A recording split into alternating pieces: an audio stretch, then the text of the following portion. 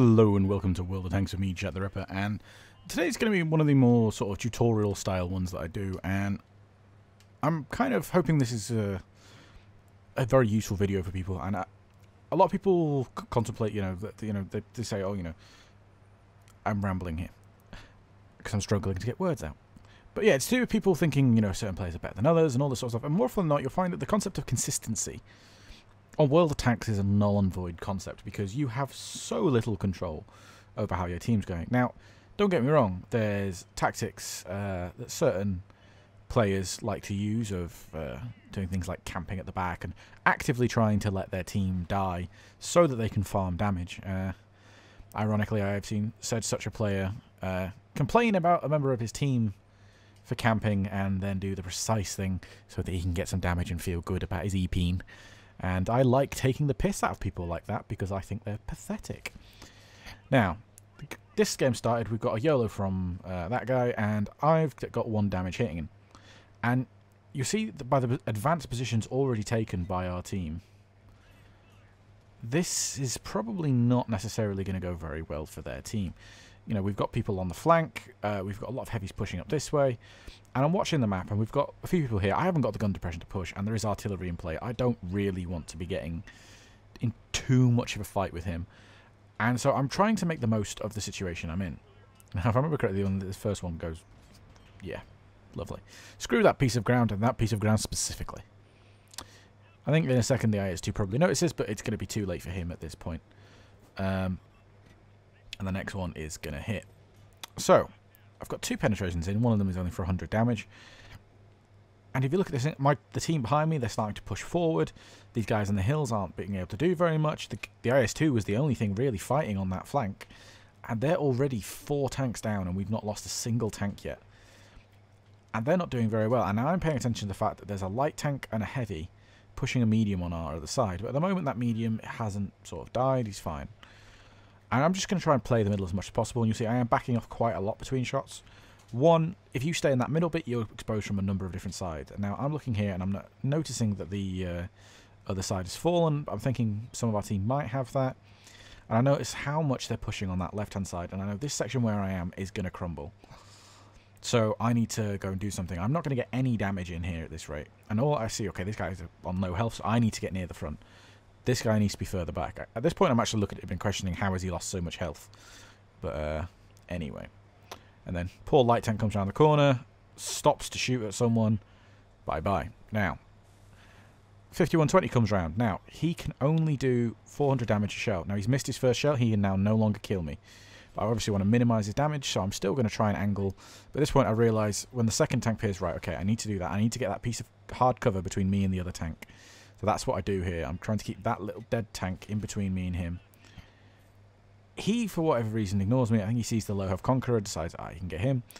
He gets 1 shot into Conqueror and misses. Now I'm going to try and ram this guy, try and force his shot off. Unfortunately, he still hits. I've got another damaging hit in.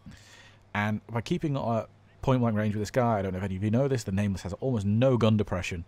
And so I'm going to get another penetrating hit in. And I'm not going to get any more damage in this game.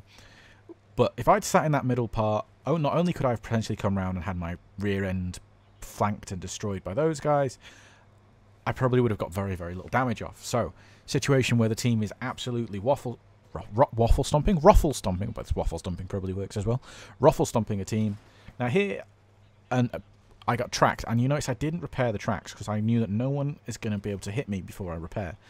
I took my time and I hit that 416. But yeah, basically that other situation was getting ruffle stomped and trying to get as much damage out of it as much as you can, and then before you're playing aggressive, and yes, I was going to lose a lot of health, but it was going to get me more damage. Now here, this STI, you can tell he's stock.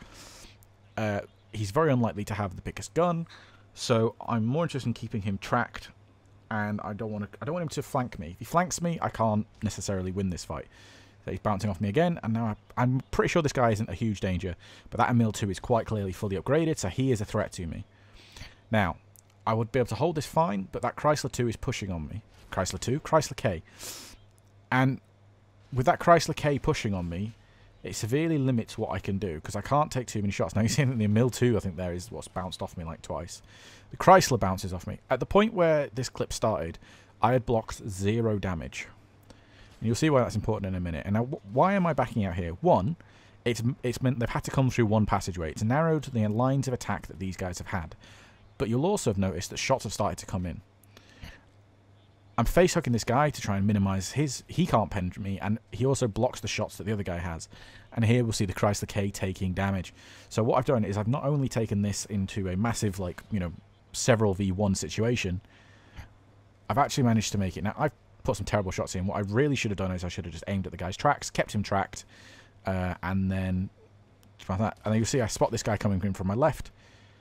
Get the shot in on him because I think he's a more dangerous target. I probably should have finished the Chrysler K off. But I thought the Chrysler K I could keep bouncing. But you see, I'm trying to angle between shots. So I knew that that T-54 and the Pershing would fire before the Chrysler did again. So I aimed in towards the Chrysler. So, you know...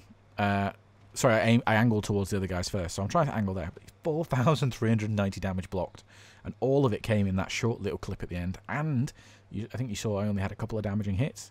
Managed to get 3,500 damage off. Now that was almost a definitive loss situation.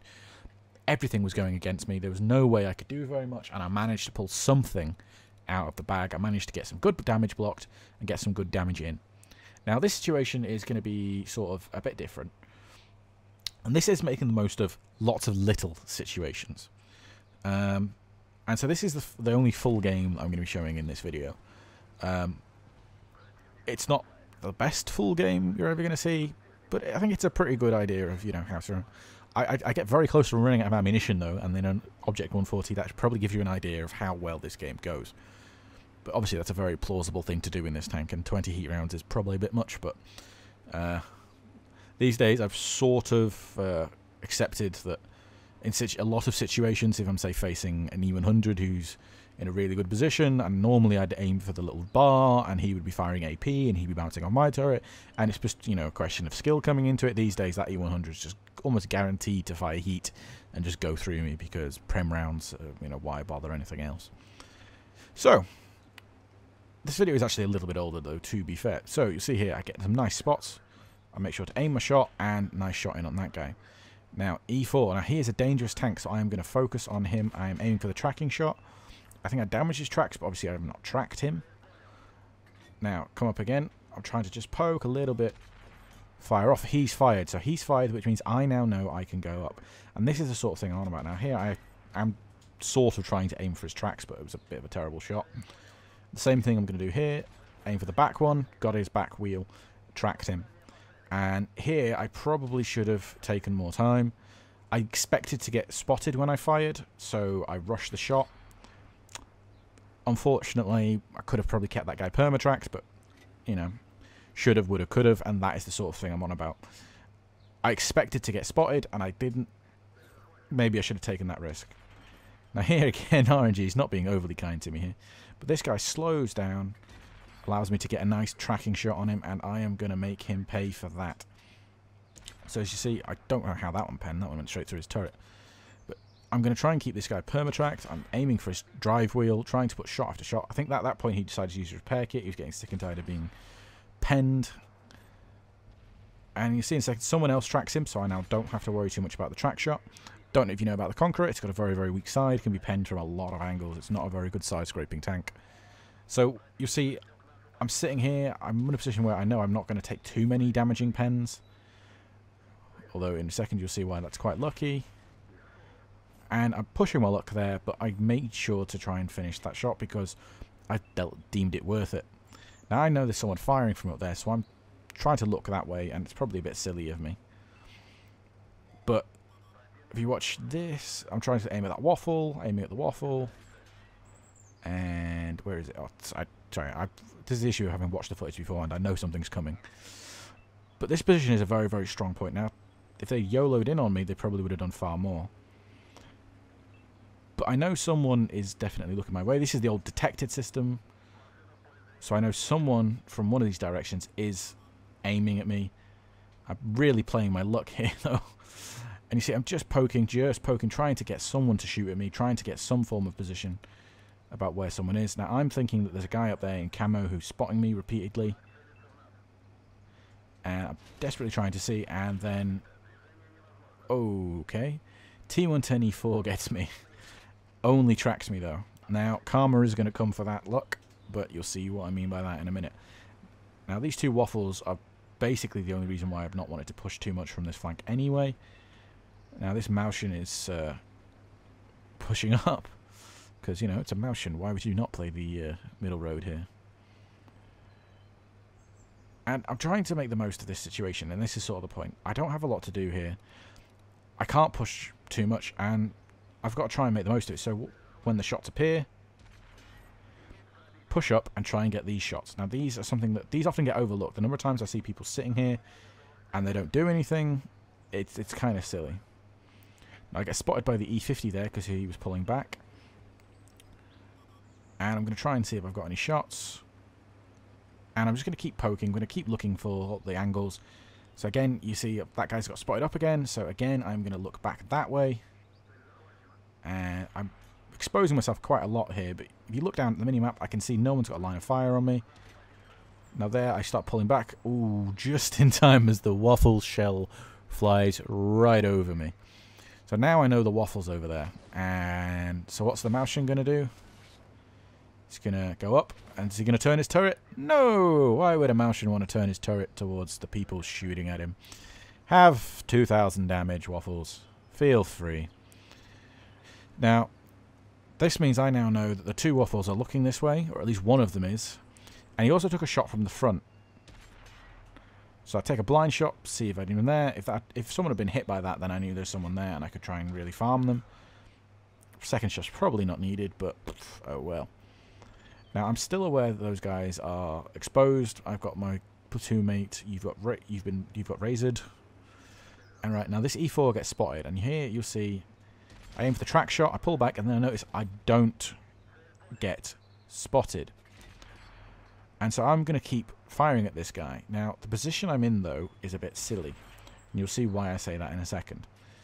So I know I've got this guy tracked. For some reason, though, I decided to shoot in his hull. I think it's because I think I've got him in 2 shots, and at which point there's no way he's going to get away with it. And that's why you should sort of be more careful with that. Now, that guy turns as he starts to pull away rather than just pulling straight back and exposes that. But I've still taken a nasty hit. Get another lovely little shot off into the back of that. And this is the thing, you need to always try and look for the lines of fire you've got.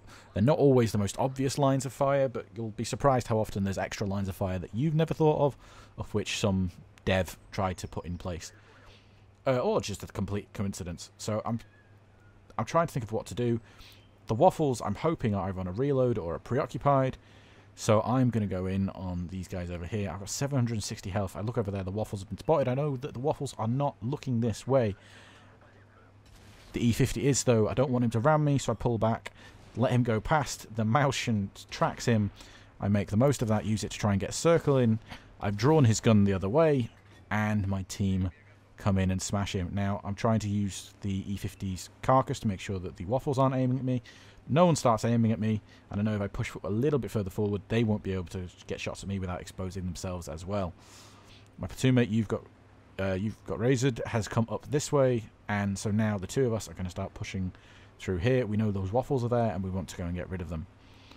Some fancy handbrake turns. I think this was probably not that long after handbrakes got introduced. Or you got Razored, sorry, I've been saying you got Razored. And I probably am handbraking more than needed to, just because you can, and it's quite a new and fancy bit. But I've had this clip lying around, and I've wanted to use it for something. I've always felt that this could be used for something, and now that I had the other 2 bits of footage built up, this kind of worked quite nicely. I didn't think it was enough on its own, but, you know, as a group it works out quite nicely. So, we know that these guys are up there, but obviously neither of us want to go around because that would be suicide.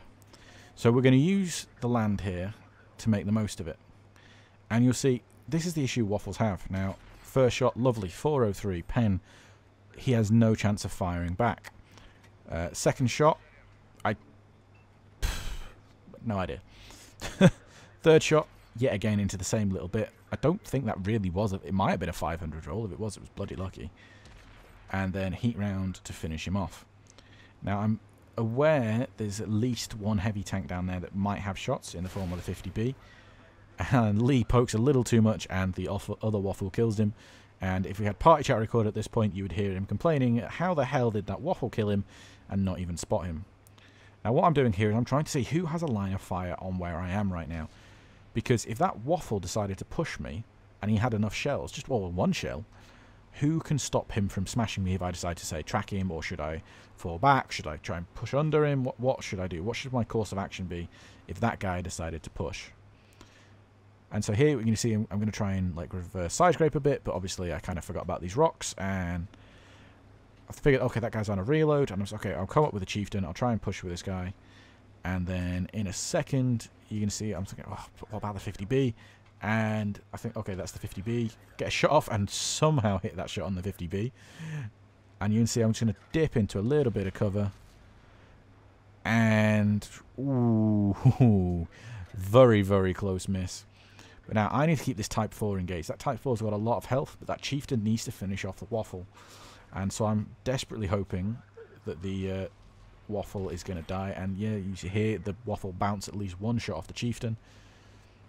And here what I'm doing is I'm using my slight amount of gun depression and how low into the ground this tank is. But doing it in reverse obviously can be a little bit tricky. You know, it's easy to make mistakes, so I'm going to get myself the right way around. Probably slightly better positions if I'd stayed backwards, but, you know, we all make mistakes and I don't want to risk that mistake. Now I'm trying to see if this guy's going to fire. He's not firing, so I'm just going to go, you know what, I'm going to poke.